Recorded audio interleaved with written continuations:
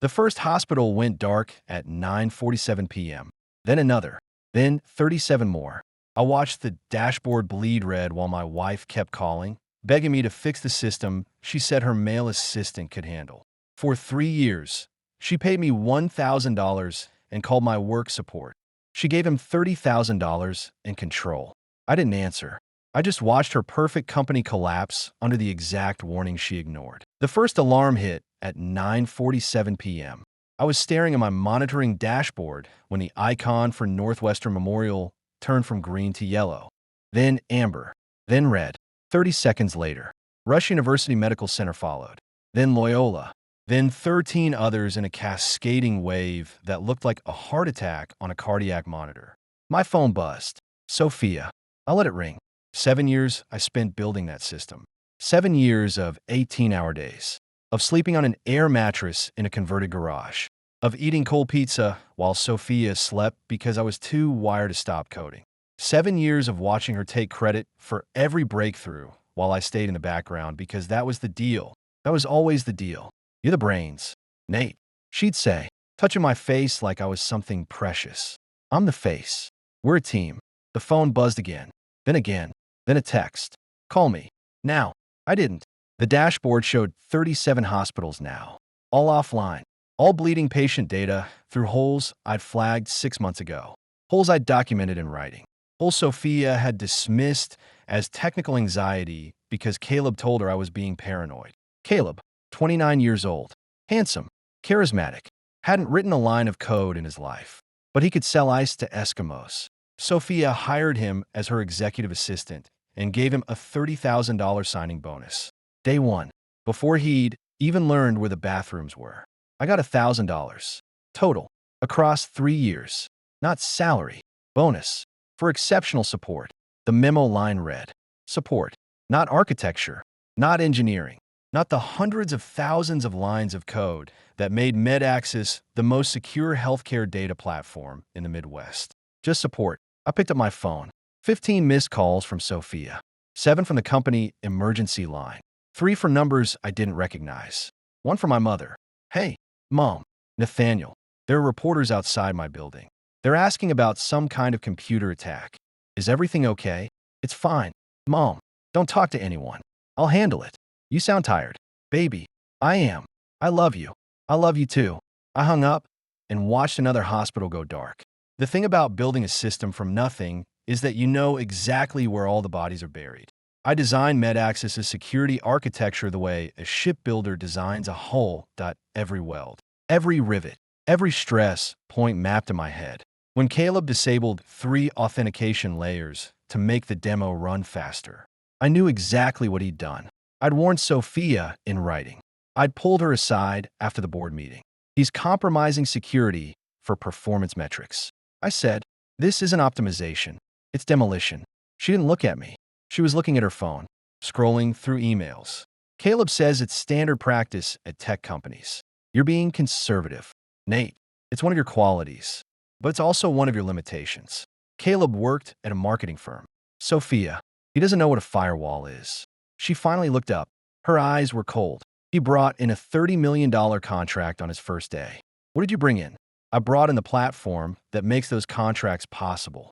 You brought in a platform I paid for. We were in her office.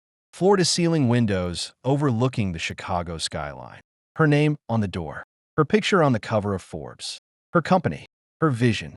Her success. I was the husband. The support system. The guy who made sure the light stayed on so she could take all the credit. You pay me $1,000. I said quietly. She laughed. Actually laughed. You want to talk money now? Fine. You want to know what you're worth on the open market? I checked. A senior security architect at a comparable company makes about $180,000. You've been here 3 years. That's $540 you would have made somewhere else. Instead, you took $1,000 in equity that hasn't vested. Do the math. Nate, you're not losing money. You're investing in us. I'm not talking about money. I'm talking about respect. Respect is earned. You've been hiding in your server room for 3 years while I've been fighting for every client. You want respect? Start acting like a partner instead of an employee. I stood up, walked to the door, turned back. Caleb is going to destroy everything you've built. He's going to make us billions. You're just jealous. No, Sophia. I'm right. She didn't respond. She was already on her phone, texting someone. Probably Caleb. Probably laughing about how paranoid her husband was. That was 3 weeks ago. Now I was watching her empire collapse in real time, and I couldn't decide if I felt vindicated or devastated. Both. Maybe. Both feels about right. The phone rang again. I answered without checking the caller ID. Nathan. Thank God. It was Margaret Shun, the lead independent director. She sounded like she'd been crying. We have a situation. I know. The FBI is here. They're saying patient data is compromised. They're saying. She paused. I heard muffled voices in the background. They're saying someone inside the company facilitated the breach. Someone did. Do you know who? I know exactly who. I told Sophia 6 months ago. She didn't listen. Nathan, I need you to come in. We need your expertise. You need me to fix something I warned you about. Something I was ignored about. Something I was humiliated about in front of 40 employees. Nathan, please. Patients are at risk. I closed my eyes. Saw the faces of the nurses I'd trained. The doctors I'd walked through security protocols. The patients I'd never meet whose data I'd spent years protecting. I'll send you the remediation protocol. I said, it's comprehensive. Follow it exactly. And you can contain the damage within 72 hours. What about you? When can you be here? I'm not coming back. Margaret. Nathan. I resigned tonight. Effective immediately. Withdrew all my certifications. You'll find the paperwork in Sophia's inbox. Silence. Then. She didn't tell us. I know. She said you were taking a vacation. I know. Nathan. If you don't come back, we lose everything. You know that. You designed this system. Only you can fix it. That's what I told her. She said Caleb could handle it. More silence. Longer this time. She made a terrible mistake. Margaret finally said, she made a lot of them. This is just the one that's going to cost her everything. I hung up, opened my laptop, started typing the remediation protocol. Not because I owed them anything. Because there were patients in those hospitals. People who didn't care about corporate politics or wounded pride. People who just wanted their medical records to be safe. I finished the document at 11:47 p.m. Sent it to Margaret with a note. Follow this exactly. Don't let anyone deviate. Especially not Caleb. Then I poured a glass of whiskey and watched the news. Sophia held her press conference at midnight. She stood behind a podium in the MedAccess lobby, flanked by lawyers and PR consultants. Her makeup was perfect. Her suit was immaculate. She looked like a CEO who had everything under control. The situation is contained. She said, we experienced a minor security incident earlier this evening, but our team responded immediately. Patient data is secure. Our systems are stable. There is no cause for concern. Behind her, a massive monitor displayed the company's network status. Green indicators across the board. Everything looked fine, except I knew the truth. Those green indicators were fake. A cosmetic overlay I'd designed for investor presentations. The real status was hidden beneath layers of encryption that only I could access. Sophia kept talking. We're working closely with federal authorities to investigate the source of this incident. Preliminary findings suggest external actors. We have no reason to believe any internal parties were involved. She was lying. She had to know she was lying. Unless Caleb had convinced her otherwise. Unless she'd chosen to believe the lie because the truth was too painful. I watched her finish her statement. Watched her take questions with practiced confidence. Watched her smile for the cameras like nothing was wrong. Then the monitor behind her flickered. Just once. Barely noticeable. But I knew what it meant. The remediation protocol I'd sent Margaret was being ignored. Someone had tried to override the system without following my instructions. And now the cascade failure I'd predicted was accelerating. The monitor flickered again. This time, the green indicators wavered, turned yellow, then orange. Sophia kept talking. She hadn't noticed. A reporter pointed. Ms. Brooks, your monitor. She turned, looked up, saw every single indicator turn red simultaneously. The room went silent. Sophia's mouth opened, closed, opened again. Her phone buzzed. She looked at it. Her face went pale. I watched her read whatever message had arrived. Watched her shoulders drop. Watched the mask crack for the first time in 7 years. She looked up at the cameras. For a moment, she looked directly into the lens. Directly at me. Then she looked away. I finished my whiskey. Set the glass down. Picked up my phone. One new message. From Sophia. Please. I typed my response. stared at it for a long moment. Then I hit send. You should have asked me what I actually built before you decided I was replaceable. I turned off my phone, went to bed. The alarms were still ringing when I closed my eyes. But I didn't sleep. I lay there in the dark, staring at the ceiling, replaying every conversation I'd had with Sophia over the past year. The way she'd started cutting me off in meetings. The way she'd introduced me as my husband, the tech guy instead of my husband, our chief security architect. The way she'd laughed when Caleb made a joke about old dogs and new tricks. I remembered the day she hired him. She came home buzzing, practically dancing through the door. Nate, you won't believe who I found. This kid, Caleb Vance. He's brilliant. He's got connections all over the industry. He's going to open doors for us. Connections where? What's his background? She waved her hand. He was at a boutique consulting firm. Very exclusive. Non-disclosure agreements. So he can't talk specifics. But trust me, he's the real deal. How much are you paying him? $220 base. Plus signing bonus. I nearly choked. $220? Sophia. That's more than most of our engineers make. He's not an engineer. He's a strategist. We don't need a strategist. We need engineers. We need both. And I need someone who can represent us in rooms where you'd be uncomfortable. What's that supposed to mean? She put her hands on my shoulders, looked me in the eye with that smile that used to melt me. It means you're brilliant, Nate, but you're not a people person. Caleb is. Let him handle the relationships. You handle the technology. That's the division of labor that works. I should have pushed harder. Should have demanded to see his resume. Should have run a background check. But I trusted her. I'd always trusted her. Biggest mistake of my life. At 3:00 a.m., my phone lit up again. This time it was a text from an unknown number. You were right about Caleb. He's gone. Took the server backups with him. I stared at the message. Read it 3 times. Then I typed back. Who is this? The reply came instantly. IT intern. I saw him leave at 1 a.m. with a hard drive. Called Sophia. She told me to mind my own business. I sat up, turned on the lamp. The pieces were falling into place faster than I wanted to admit. Caleb hadn't just disabled security. He'd copied the entire system architecture. He'd taken the crown jewels. And Sophia had let him walk out the door.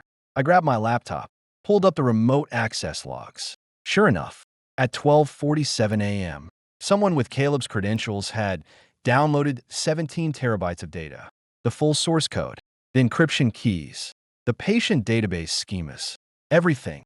I called Margaret Shun. She answered on the first ring. Margaret, it's Nathan. Tell me you haven't changed the root passwords yet. Why would I? Don't change anything.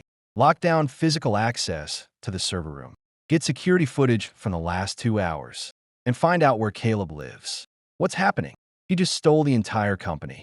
And your CEO helped him do it. I hung up and started packing my bag. Sleep was off the table. It was time to go to work. I found a 24-hour diner on South Halsted at 3:47 a.m. Fluorescent lights, sticky floors, coffee that tasted like it had been brewing since the Clinton administration. Perfect place to disappear when your phone won't stop ringing. The waitress came over, middle-aged, tired eyes, name tag that read Doris. She filled my cup without asking. You look like you've had a night, she said. You have no idea. Hospital trouble? I looked at her. What makes you say that? She pointed at my hoodie. It had Northwestern Memorial's logo on it. A gift from the IT director after I'd patched a 0-day exploit that would have taken down their entire network. Used to work in admitting. She said, know the look. You guys carry the whole system on your backs, and nobody thanks you for it. Nobody thanks anyone for anything anymore. She nodded like she understood. Walked away. I pulled out my phone. 93 missed calls. 12 voicemails. Sophia had stopped calling around 2 a.m. Now it was lawyers, journalists, and 3 FBI field agents who'd somehow found my personal number. The first voicemail was from Margaret Shun. Her voice was shaking. Nathan, I reviewed the security footage. Caleb left at 12:47 a.m. carrying a hard drive. Security tried to stop him. He showed them a signed authorization form with Sophia's signature. I played it again. Sophia's signature. Either she'd signed it willingly, or Caleb had forged it. Neither option was good. The second voicemail was from an unknown number. Male voice. Professional tone. Dr. Brooks. This is Special Agent Martinez with the FBI's Cybercrimes Unit. We need to speak with you regarding the MedAccess breach. Please contact us at your earliest convenience. The third voicemail made my blood run cold. Nathan, it's me. Sophia's voice. Cracked. Raw. I know you're awake. I know you're watching. I need you to know that I didn't sign that form. He must have forged it. I didn't. Please call me. I deleted the voicemail. At 4:15 a.m., my phone buzzed with a text from an unknown number. Area code 202. Washington, D.C. Nathan Brooks. We need to talk. Not about MedAxis. About what comes next. R. Holloway. Richard Holloway. My old mentor from the defense contractor days. The man who taught me everything about cybersecurity.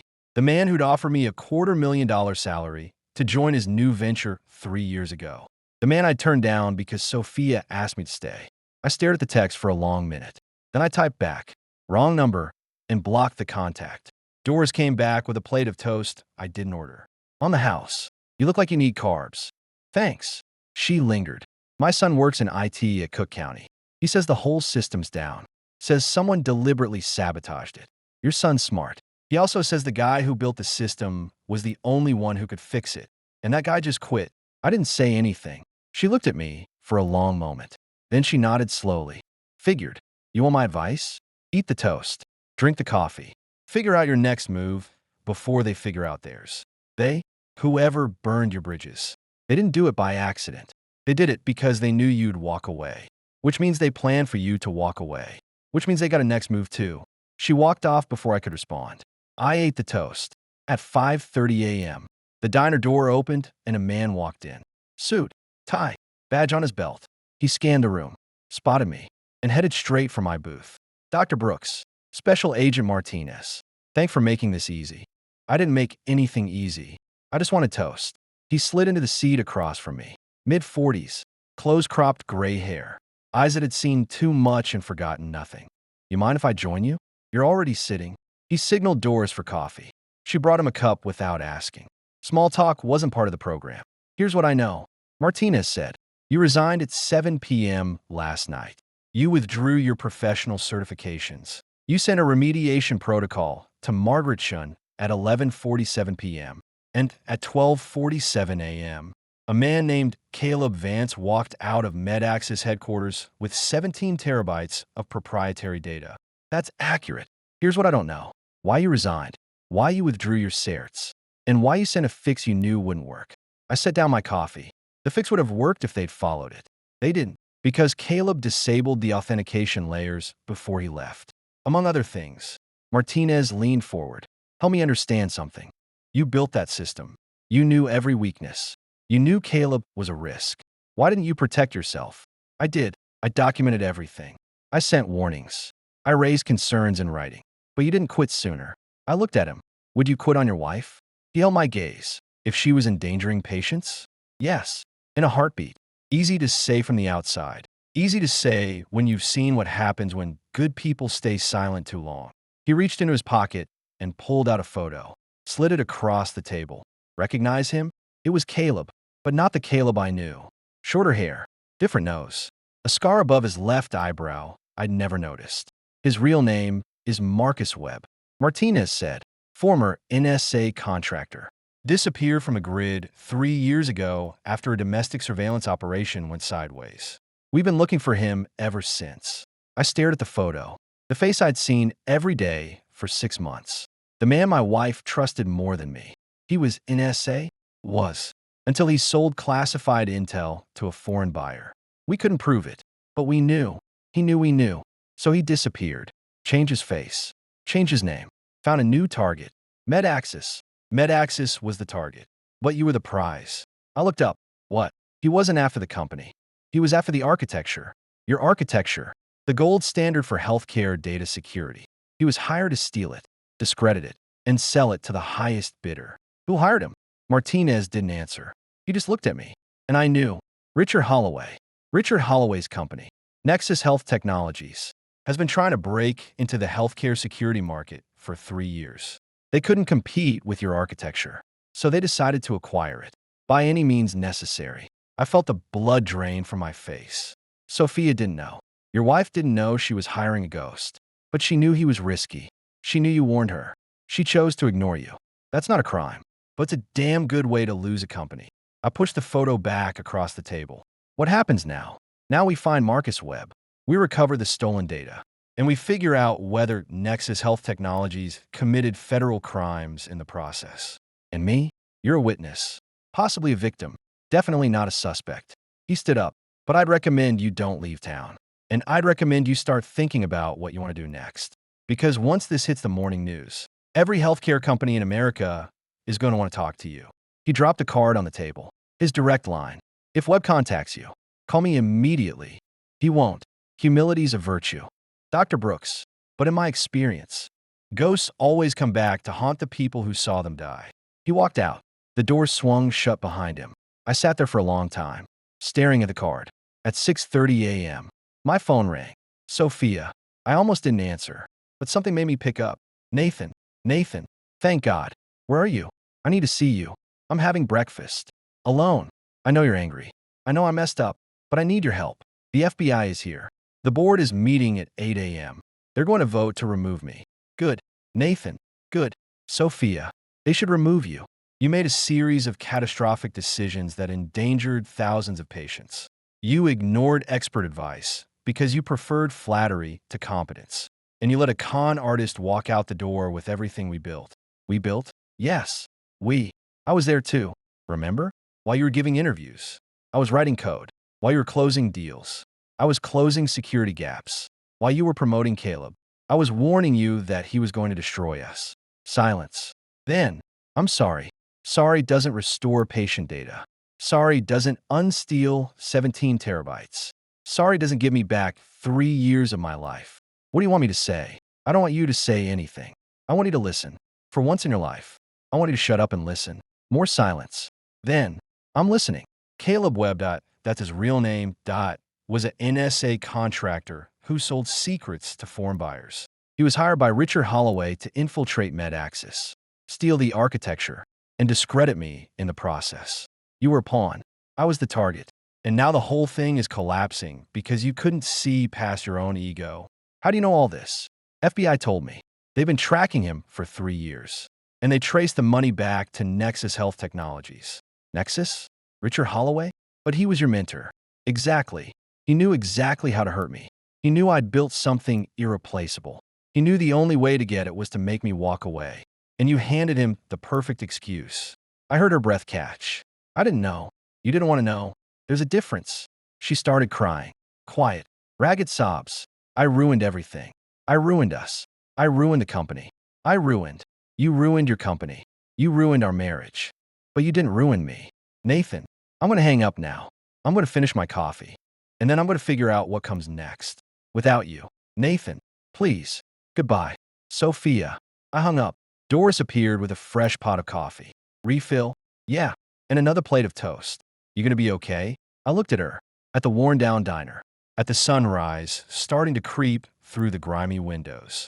Yeah, I think I might be. At 7:15 a.m., I walked out of the diner and hailed a cab. Gave a driver an address on the west side. Not home. Not MedAccess. Somewhere else. 20 minutes later, I was standing in front of a 2-story brick building with a faded sign. Chicago Independent Cybersecurity Lab. I'd rented this space 6 months ago. Cash. Under a shell company. Sophia didn't know about it. Nobody knew about it. I unlocked the door and stepped inside. Empty desks. Empty shelves. Empty server racks.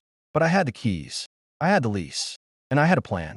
I pulled out my phone and dialed a number I hadn't called in 3 years. Marcus? It's Nathan Brooks. I need a favor. Nathan? Holy shit. Man, I thought you were dead. Not dead. Just buried. You still running that recruiting firm? For the right clients. I'm a client. I need a team. Senior level security architects. People who can build from scratch. People who don't need hand-holding. How many? 4 to start. Maybe more. Budget? Competitive. I'm not cheap anymore. Marcus laughed. About time. I'll make some calls. Give me 48 hours. I don't have 48 hours. I have 24. Then I'll make faster calls. Thanks. Marcus, don't thank me yet. Thank me when you're running the biggest security firm in the Midwest. I hung up, looked around the empty space. It wasn't much, but it was mine. And I was done building things for people who didn't appreciate them. At 8 o'clock a.m., the morning news broke. Breaking. Massive data breach at MedAccess Systems affects over 200 hospitals nationwide. CEO Sophia Brooks under fire for alleged negligence.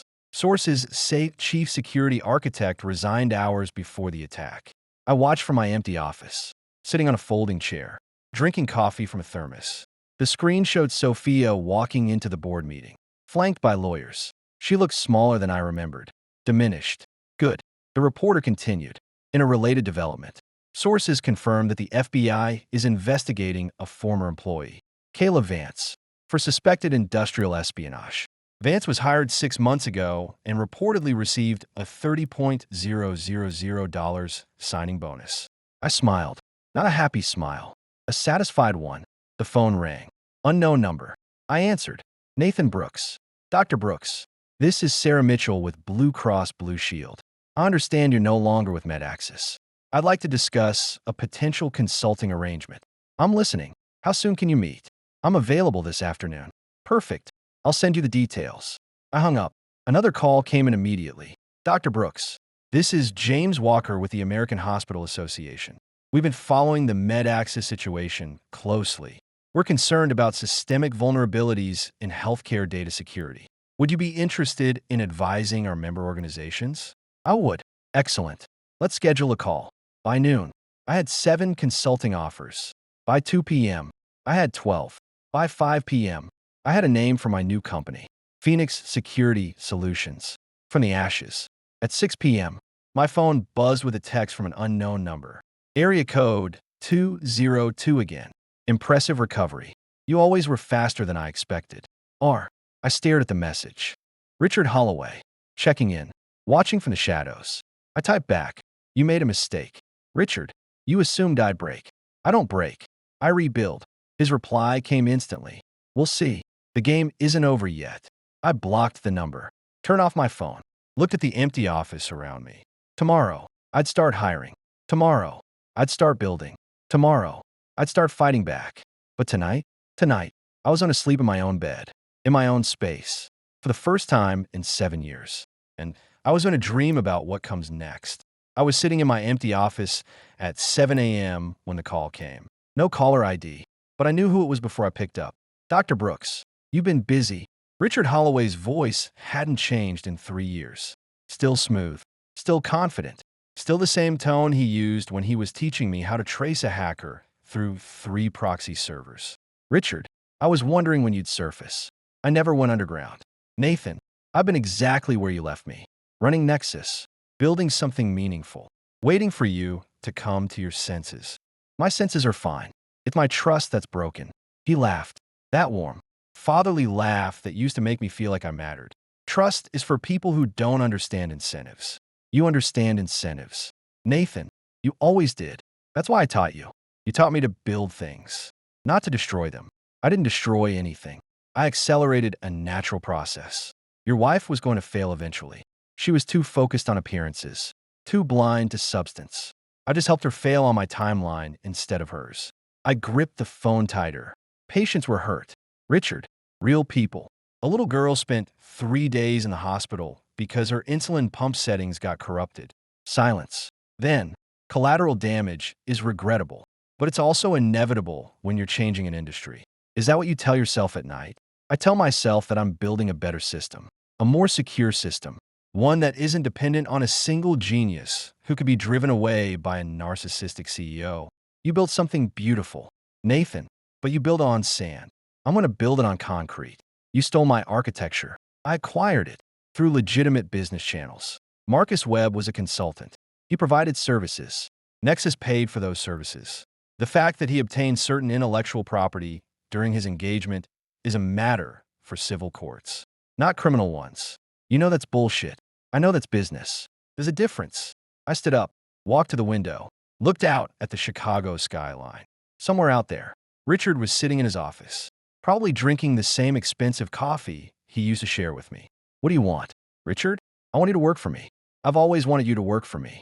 The MedAccess situation was unfortunate, but it's also an opportunity. You're free now. No more Sophia. No more being undervalued. Come to Nexus. Name your price. You destroyed my marriage. You compromised my reputation. You endangered thousands of patients. And you think I'm going to shake your hand and join your team? I think you're a pragmatist. I think you know that the security industry is small, and I have a long memory. I think you know that if you don't join me, you'll spend the next 5 years fighting me. And I have more resources than you do. I've heard enough. Nathan, here's what's going to happen. Richard, I'm going to build a company that competes with yours. I'm going to hire the best people in the industry. I'm going to offer better security at lower prices. And I'm going to make sure every hospital in America knows exactly what you did to get where you are. You can't prove anything. I don't need to prove it. I just need to make it known. The truth has a way of surfacing. Richard, you taught me that too. I hung up. My hands were shaking. At 9 a.m., Marcus called back. I've got 3 candidates. Senior level. 2 from Palo Alto. 1 from Austin. They're interested, but they want to talk to you directly. Set up video calls. This afternoon. Done. Also, I've been hearing rumors. Nexus is poaching MedAccess clients. They're offering cut-rate deals to any hospital that switches platforms within 60 days. Expected. Richard moves fast. He also moves dirty. One of my sources says he's been contacting MedAccess employees directly, offering jobs, offering bonuses, trying to strip the company of talent before the bankruptcy proceedings even start. That's not illegal. It's not ethical either. Since when does Richard care about ethics? Marcus paused. Fair point. What's your play? I'm building a team. I'm building a platform. And I'm building a case. A case for what? For everything. The theft, the conspiracy, the patient endangerment. I want Richard Holloway to answer for what he did. You're going after him legally? I'm going after him every way I can. Legally, publicly, professionally. He wanted a war. He's going to get one. Marcus was quiet for a moment. Then, you sound different. Nathan, harder. I got tired of being soft. Good. Soft gets you killed in this industry. Hard gets you paid. He hung up. I stared at the phone. Hard gets you paid. Or hard gets you dead. Sometimes both. At 11 a.m., I got a visitor. Margaret Chin walked into my empty office looking like she hadn't slept in days. Her suit was wrinkled. Her hair was a mess. Her eyes were red. Nathan, I'm glad you're here. Margaret, I'm surprised you found me. I have my sources. Also, you registered your new company with the state this morning. Public record. I gestured to a folding chair. Have a seat. Coffee's instant, but it's hot. She sat down heavily. I won't take long. I came to apologize. You don't owe me an apology. Yes, I do. I was on the board. I saw how Sophia treated you. I saw how she promoted Caleb over your objections. I should have spoken up. I should have demanded a proper review of his background. I didn't. That's on me. You couldn't have known what he was. I could have asked. I could have pushed. I didn't. She looked at me. I was afraid of Sophia. She was so confident, so successful. I told myself she knew what she was doing. I was wrong. What happens now? The board voted to remove her this morning. Unanimous. She's out effective immediately. The company is in receivership pending the federal investigation. Most of the employees have been furloughed. The rest are being interviewed by the FBI. How many clients stayed? Less than half. The big ones, Northwestern, Rush, Loyola, they all terminated their contracts this morning. Cited breach of trust. They're moving to competitors. To Nexus? Most of them. Yes. Richard Holloway's sales team was waiting. They had proposals ready before the press conference ended. I nodded. He planned this perfectly. He did. And now he's winning. Not yet. He's ahead. But the game isn't over. Margaret looked at me. What are you planning? I'm building a better platform. One that makes Nexus look obsolete. One that makes MedAccess look like a prototype. You can't do that alone. I'm not alone. I'm hiring. Who? The best people I can find. People who are tired of working for companies that don't value security. People who want to build something that actually protects patients instead of just looking like it does. Margaret was quiet for a moment.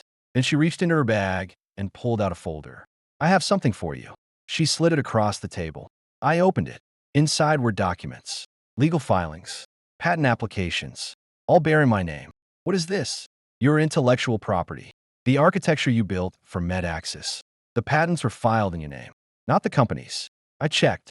When Sophia Incorporated, she listed you as the inventor on all key patents. She was too busy being the face to realize she'd given you the brain. I stared at the papers. She never told me. Of course she didn't. She probably forgot, or she assumed you'd never leave. Either way, these are yours. You own the core technology. MedAccess licensed it from you. And now that MedAccess is in receivership, the license is void. So you can build on your own foundation. You can license it to whoever you want. You can even sue anyone who tries to use it without permission. I looked up at Margaret. Why are you helping me? Because I watched a good man get destroyed by a bad woman, and I did nothing to stop it. This is me trying to make amends. You don't owe me anything. Maybe not, but I owe it to myself to do the right thing for once.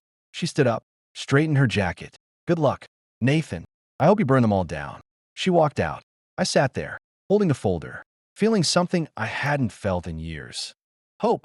At 2 p.m., I had my first candidate interview. Video call. A woman named Dr. Elena Vasquez, former chief security architect at Stanford Medical Center. 15 years of experience, 3 patents, a reputation for being uncompromising. Nathan Brooks. I've heard a lot about you. All good, I hope. All interesting. You built the MedAccess platform from scratch. You watched your wife take credit for it. You quit hours before a catastrophic breach. And now you're starting a competing company. That's the summary. Yeah. She leaned back in her chair. Why should I join you? Because I'm offering equity. Real equity. Not options that vest in 4 years. Ownership from day one. Everyone offers equity. Everyone offers diluted equity. I'm offering a third of the company split among the founding team. Equal shares. No hierarchy. No CEOs taking credit for other people's work. She raised an eyebrow. That's unusual. I'm done with usual. Usual got me $1,000 for 3 years of work. Usual got my wife promoted while I stayed in the background. Usual got my architecture stolen by a con artist with a nice smile. What's your vision? A platform that's unhackable, not secure enough, not industry standard, unhackable, built from the ground up with security as the foundation. Not an afterthought. That's impossible. Nothing's impossible. It's just expensive and time-consuming. She smiled. I like that answer. Does that mean you're interested? It means I'm willing to have a longer conversation. Send me your technical specs. I'll review them. If they're as good as I think they are, we'll talk salary. Fair enough. She ended the call. I added her name to my list. 2 more interviews scheduled for the afternoon. 3 more tomorrow. Building a team. Building a future. Building something that mattered. At 6 p.m., I got another call. Sophia. I almost didn't answer, but something made me pick up. Nathan, please don't hang up. I need to tell you something. I'm listening. I found something. In Caleb's old office. After the FBI finished their search, I went back. I don't know why. I just thought I had a feeling. What did you find? A burner phone, hidden in the ceiling tiles. I almost missed it, but I noticed the panel was slightly crooked. And I charged it. Went through the messages. There are texts between Caleb and someone named RH that go back 6 months, to before he was hired. My blood ran cold. Let me guess. RH is Richard Holloway. Yes, they planned everything. The hiring, the disabling of security, the timing of the breach. Everything. Did you tell the FBI? I called Agent Martinez. He's sending someone to pick it up.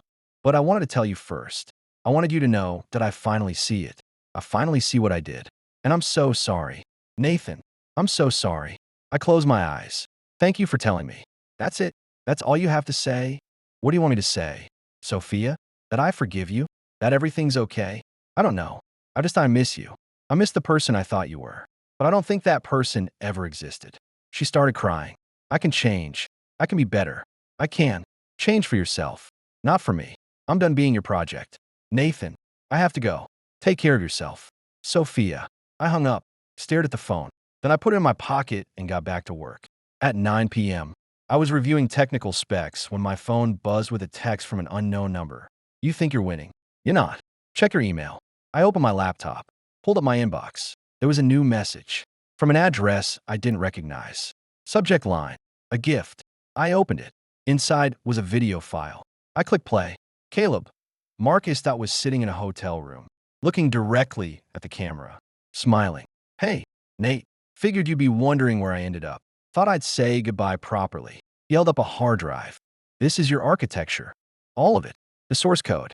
The encryption keys. The patient database schemas. Everything I took from MedAccess. He set the drive down. Here's the thing. Nate, I didn't just steal this for Richard. I stole it for myself. I've got buyers lined up in 3 countries. Russia, China, Iran. They're all very interested in American healthcare data infrastructure. He leaned closer to the camera. You built something amazing. Really? I mean that. But you made one mistake. You trusted people who didn't deserve it. Your wife, your mentor, me. He smiled wider. I'm going to disappear now. New name, new face, new country. You'll never find me. But every time a hospital gets hacked, every time patient data gets leaked, every time someone dies because their medical records were compromised, that's on you. Nate, you built the system. You should have protected it better. The video ended. I sat there, staring at the black screen. Then I picked up my phone and called Agent Martinez. I know where Marcus Webb is going, and I know who he's selling to. How? He just told me. Send me a video. Taunting me. Send it to me. Now. I will. But there's something else. What? He's not working alone. He mentioned buyers in 3 countries. That means he has a network, a distribution channel. Someone's helping him move the data. Any idea who? I thought about Richard Holloway, about the texts on the burner phone, about the timing of everything. I have a theory, but I need proof. Give me proof. I'll get you warrants. I hung up, looked at the empty office around me. The game wasn't over. It was just getting started. And I was done being the victim. Time to become the hunter. I'm sitting in a Senate hearing room, wearing a suit I bought yesterday because my old one had MedAccess's logo on the cufflinks. Sophia gave me those. I threw them in Lake Michigan last week. The cameras are everywhere. C-SPAN, CNN, Fox News, MSNBC. Every major outlet has a correspondent in the 3rd row. The room is packed with staffers, journalists, and curious spectators who probably expected something less technical and more dramatic. Senator Elizabeth Warren adjusts her microphone. She's chairing the subcommittee on healthcare data security, and she looks like she hasn't slept in a week. Dr. Nathan Brooks, thank you for being here today. I lean into the mic. Thank you for having me. Senator, before we begin, I want to remind everyone that this is a public hearing. Your testimony will be recorded and may be used in ongoing federal investigations. Do you understand? I do. Please proceed with your opening statement. I pull out a folder.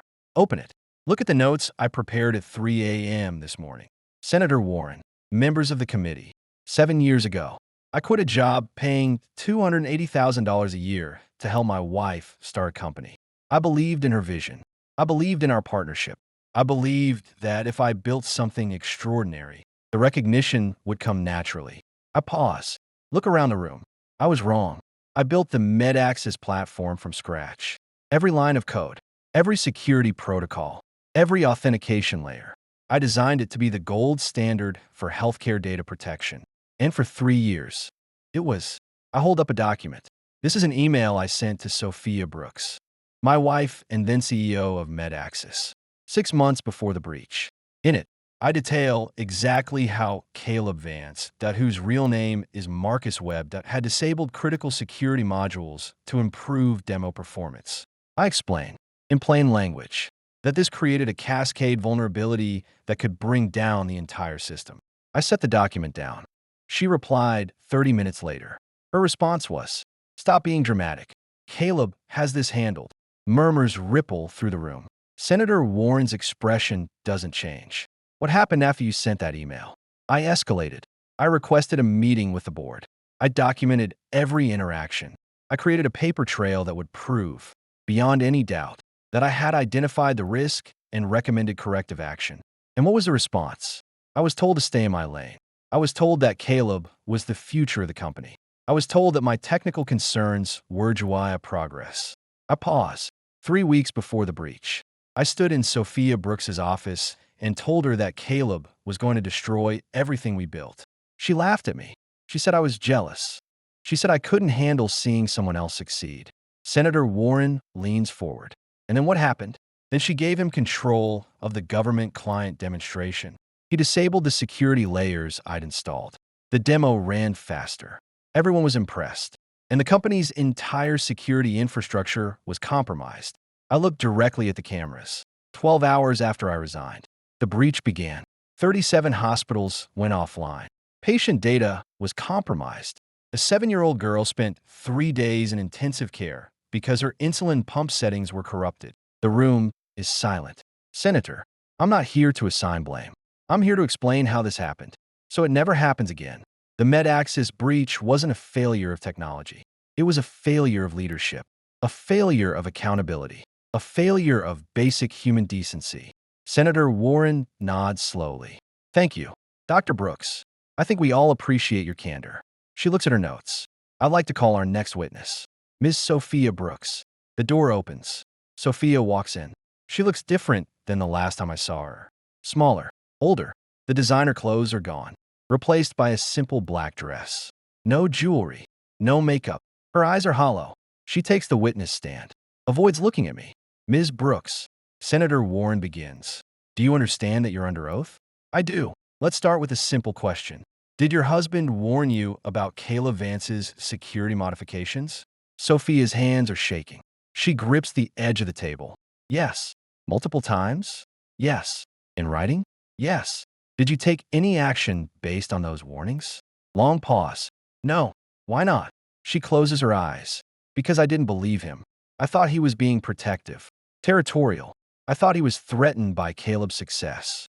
Were you aware that Caleb Vance had a prior record of data security violations? I was not. Did you conduct a background check before hiring him? No. Why not? Because he was charming. He was confident. He told me what I wanted to hear. And I wanted to hear that I was right and my husband was wrong. The room is completely silent. Ms. Brooks, your company suffered a catastrophic data breach that affected over 200 hospitals. Thousands of patients had their personal information compromised. A child was hospitalized. Do you accept responsibility for your role in this? Sophia's face crumples. Tears start streaming down her cheeks. Yes, I accept full responsibility. I failed my company. I failed our patients. I failed my husband. I was arrogant. I was blind.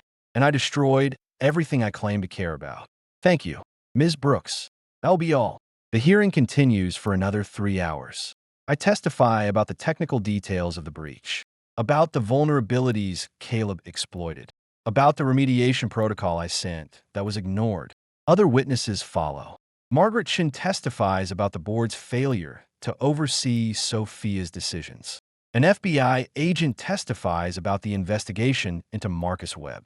A representative from the Department of Health and Human Services testifies about the regulatory implications. But the most dramatic moment comes near the end. Senator Warren calls a final witness. The door opens, and Richard Holloway walks in. He looks composed, confident. He's wearing a tailored suit and an expression of calm superiority. He takes the stand like he owns the room. Mr. Holloway, Senator Warren begins. Thank you for joining us today. Happy to cooperate. Senator, I have nothing to hide. Let's talk about your relationship with Marcus Webb, also known as Caleb Vance. I have no relationship with that individual. Are you sure? Because we have text messages between you and Mr. Webb dating back 6 months before he was hired at MedAxis. Richard's composure cracks. Just slightly. I don't recall. Let me refresh your memory. Senator Warren holds up a document. On January 14th, you texted Mr. Webb. Target acquired. Proceed with Phase 1.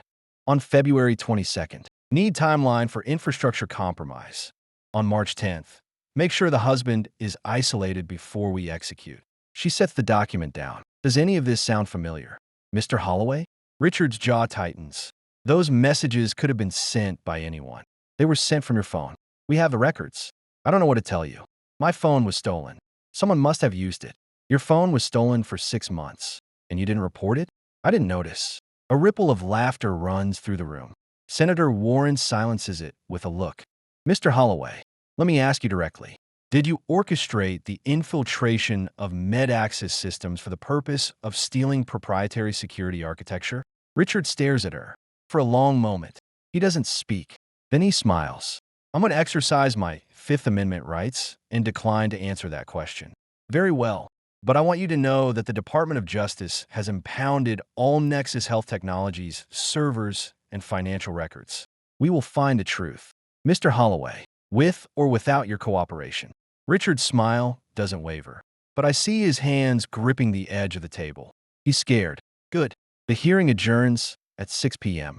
I'm walking through the hallway when I hear footsteps behind me. Nathan. I turn. Sophia is standing there, alone, looking smaller than I've ever seen her. What do you want? I want to apologize. Properly. Not in front of cameras. Just between us. I hesitate. Then I nod. She takes a breath. I was wrong about everything. About Caleb. About you. About the company. I was so focused on being successful that I forgot what success actually meant.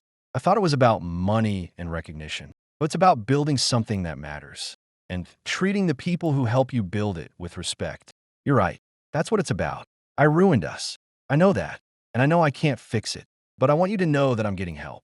Therapy, real work on myself. I don't expect you to forgive me. I don't expect you to come back. I wanted you to know that I'm trying to be better. I look at her, the woman I married, the woman I loved, the woman who broke my heart. I'm glad you're getting help. Sophia, I really am. Is that all? What else do you want me to say? I don't know. I thought maybe after everything, there's nothing left. Sophia, you made sure of that. She nods, tears welling up.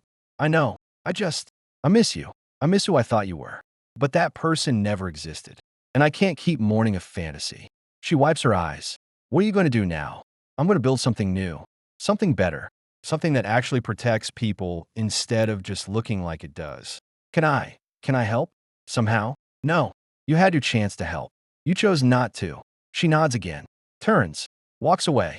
I watch her go. Feel nothing. That's the worst part. I feel nothing. 6 months later, I'm standing in my new office. Phoenix Security Solutions. Full staff. Real clients. A growing reputation. The phone rings.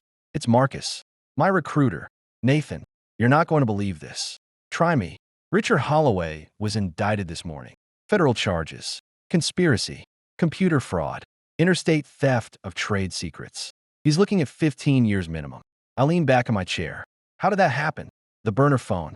The one Sophia found. It had enough evidence to flip Marcus Webb. He testified against Richard in exchange for a reduced sentence. Gave up everything. Where's Webb now? Witness protection. New identity. Probably running a McDonald's in Nebraska. I laugh. First genuine laugh in months. Anything else? Yeah. Sophia called me. Asked for your number. Said she wanted to reach out. Did you get it to her? No. Figured you'd want to make that call yourself. Thanks. Marcus. No problem. Oh, and one more thing. You got a letter. Certified mail. From the White House. I sit up. The White House. Apparently, the administration wants to appoint you to a cybersecurity advisory board. Something about healthcare infrastructure protection. I stare at the envelope on my desk. It's thick. Official looking. I'll call you back. I hang up. Open the envelope. Inside is a formal invitation. The President of the United States is requesting my service on the National Cybersecurity Advisory Council. Healthcare sector specialist. I read it twice. Then I pick up my phone and call my mother. Mom, you're not going to believe this. Tell me. Baby, I got invited to the White House. She's quiet for a moment. Then, I always knew you'd make it. Nathaniel, I always knew. I love you. Mom, I love you too. Now go do what you do best. Make them listen. The day of the Senate hearing anniversary.